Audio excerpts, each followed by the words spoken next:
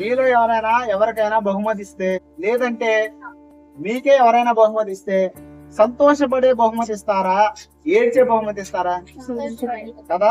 అంటే బహుమతిని మనం ఎందుకు ఇస్తామంటే సంతోషపరచడానికి ఇస్తాం. ఇప్పుడు దేవుడు గర్భఫలాన్ని బహుమతిగా మనకి ఇచ్చాడు. కానీ ఈరోజు చాలా కుటుంబాల్లో పిల్లల బట్టి శోధనలు ఉన్నాయి.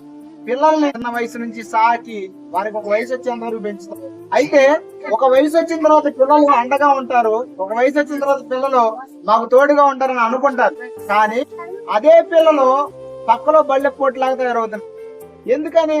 ఇప్పుడు దేవుడిచ్చే బహుమానం ఆ వ్యక్తికి ఆశీర్వాదం ఇవ్వాలి, దేవుడిచ్చే బహుమానం ఆ వ్యక్తికి సంతోషం ఇవ్వాలి. కానీ ఈ రోజు చాలా కుటుంబాల్లో నిజంగా దేవుడే గర్భఫలం ఇస్తే ఎందుకు మరి శోధనలు ఉన్నాయి పిల్లల ద్వారా? ఎందుకు పిల్లల ద్వారా అవమానాలు వస్తున్నాయి?